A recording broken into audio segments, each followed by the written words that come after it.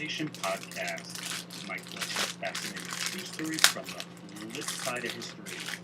My name is Steve Silverman, and today's story is titled The Sikorsky Sweater Girls.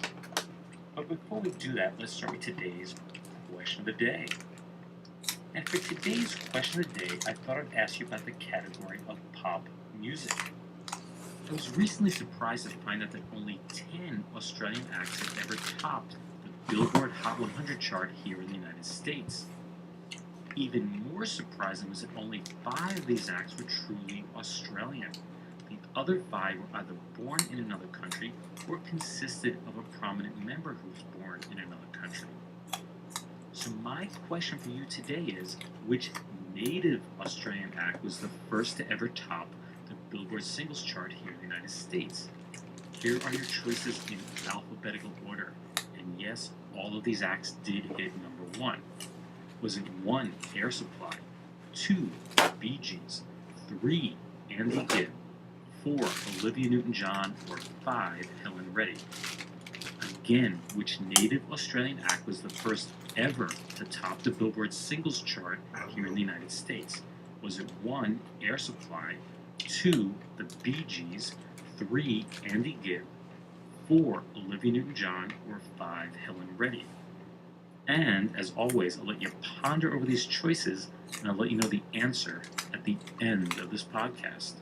The Bee Gees. But and now for today's story on the Sikorsky Sweater Girls, which first appeared in the press on February 11th of 1943.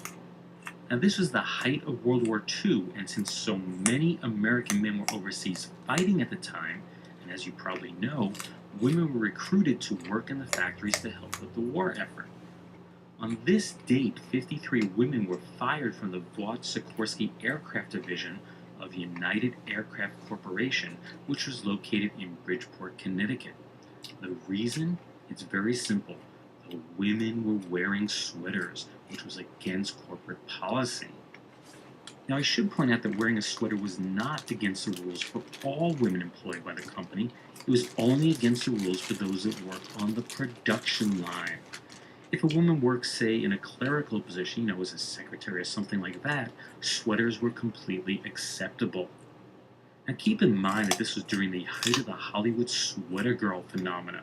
I have to be honest, this is something I was oblivious to until I started researching the story. That's when women of the big screen wore tight-fitting sweaters with bullet bras to accentuate their curves. And I'll let you use your imagination to figure out which curves of the female form I'm referring to. And, as with many trends created by celebrities, the sweater fad quickly spread to the general population. And there lies the problem. You see, women wearing these snug sweaters were considered to be a safety hazard on the manufacturing line. And for a brief moment, 2 thoughts went through my head. First, maybe the yarn, got caught, unraveled, and somehow pulled the woman into the machine. Or second, and this is the maleness in me speaking, maybe the bullet bras were way too pointy and something stuck out and they got pulled into the machinery that way. But that was just totally wrong. It turns out the women were in no danger at all. It's the men they were concerned with. It was believed that the sweater girls were a distraction to the men. They would take their eyes off of whatever they were doing and, of course, refocus on the wrong thing, make that a pair of wrong things. Then, oops, loss of finger, loss of hand, or even possibly loss of life. A 1942 U.S. government report stated, quote, "Lay down the law. No sweaters allowed. If a pulchritudinous girl wears one, she can usually demoralize a plant in 10 minutes. Not only will the men have a hard time making their eyes behave, but the other women will rise up in indignation." And that's the end of the quote.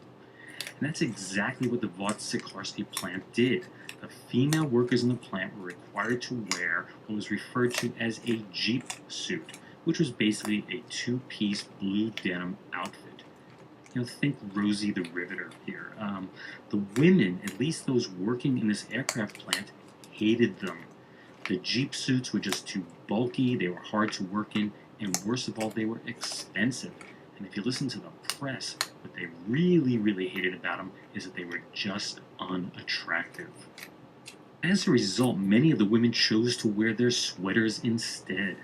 Not only were they more attractive and lower in cost than these ugly Jeep suits, the women could easily roll up the sleeves while they were working. And after numerous complaints, the Vought Sikorsky management relaxed the dress code a bit. They allowed the female employees to wear their own blouses and slacks, but they still stuck to their outright ban of sweaters. And the women continued to wear their sweaters. At least that was until the 53 women were sent home on that cold February day. Now, in a show of support, an additional 22 women also walked off the job. And this made the news nationally. It was a bad situation, not publicity-wise for the company. But they weren't doing anything until all the male co-workers threatened to walk off the job also. And that's when they decided to listen. They allowed the women to return to work, and they sought out some sort of agreement between management and labor. At the urging of their union officials, the women returned to work the very next day without their sweaters on. They awaited a decision on whether they could or couldn't wear them in the future. While an agreement was being ironed out between the labor union and the company, others from around the country offered their own opinions. An official at Grumman Aircraft on Long Island was quoted as saying, "We encourage them because of the safety angle." Yet competing Curtiss-Wright officials felt differently. An executive at the company stated, "Sweaters hold up the assembly line." The federal government's Office of War Information issued a report concluding that the sweaters should not be worn in war manufacturing.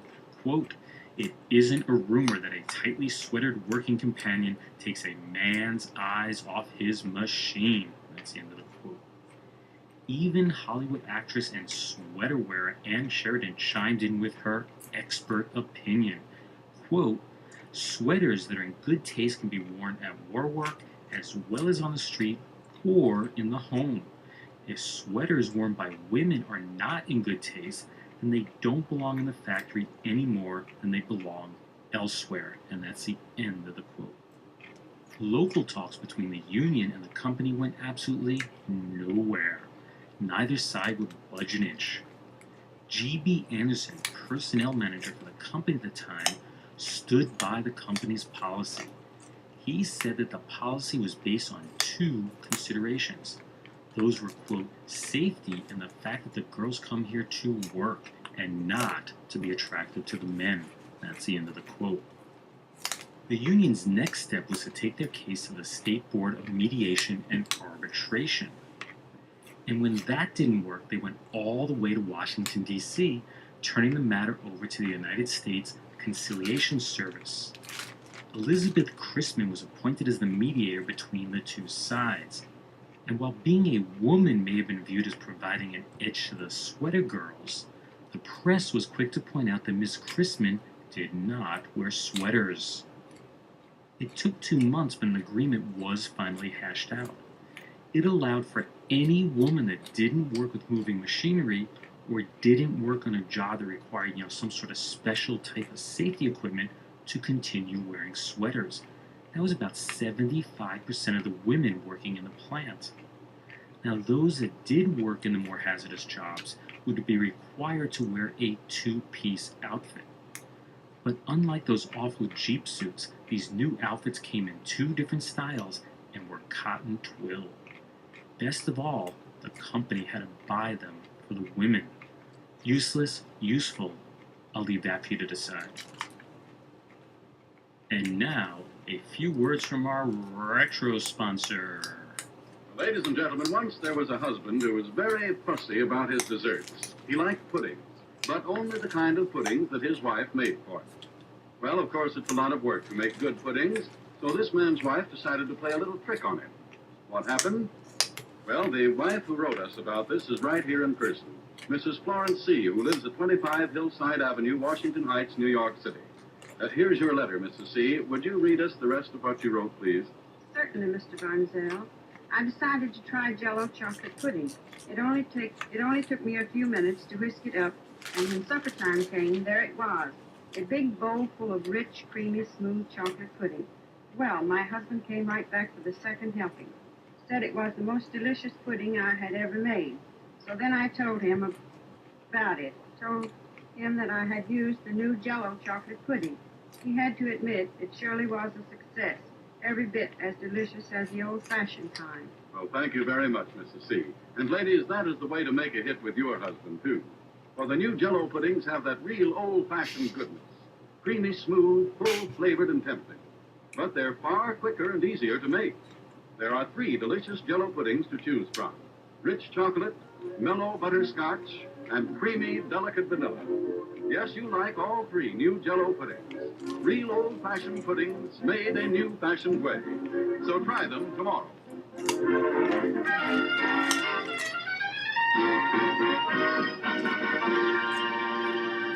That commercial's from the October 10th, 1939 episode of The Aldrich Family and was titled Henry's Engagement. My wife and I had the pleasure of visiting the Jell-O Museum this past summer in Leroy, New York. And it's not a giant museum that I suggest driving out of your way to see, but if you're in the area of Rochester, New York at some point, it is worth stopping off to see. It's actually 3 museums in one, and most people don't know that. It's the Jell-O Museum, there's an old car buggy museum in the basement of the building, and out front on the main street is the Leroy Mansion. Now, as I had mentioned in a previous podcast, powdered gelatin was invented by Peter Cooper. He is best remembered today for Cooper Union. That's a school that he founded in New York City in 1859. Hewitt never capitalized on his invention, but somehow years later, in 1897, the gelatin formula ended up in the hands of Pearl Waite. He was a carpenter in Leroy. His wife May supposedly thought it was a bit like jelly, and hence came up with the name Jell-O. But Waite was not successful with selling the product either. So on September 9th of 1899, he sold the formula to a fellow Leroy citizen named Orda Francis Woodward. He sold it to him for just enough money to buy a home. At first, sales were very slow, but he eventually came up with the idea of giving away free samples and free Jell-O cookbooks to get the ball rolling. And since Jell-O is everywhere today, obviously, this worked. Jell-O continued to be manufactured in Leroy until 1964. That's when General Mills shut the plant down. The factory is still there and is just around the corner from the museum if you should go for a visit. And now for a few totally useless yet totally true tidbits from history. It's time for what I like to call News of the Weird Past. And I chose to group these stories together because they all have one thing in common. That's love and marriage. Our first tidbit is dated January 25th of 1940. It was reported that a 38-year-old Oakland, California man named George Runyon wrecked his car. The reason? He decided to give his wife Frances a kiss, and then he lost control of the car. He ended up swerving across the street and barreling into the window of the local Salvation Army store. Luckily, neither were injured. Police did not file any charges against the couple because there's no law on the books that prevented a man from kissing his wife.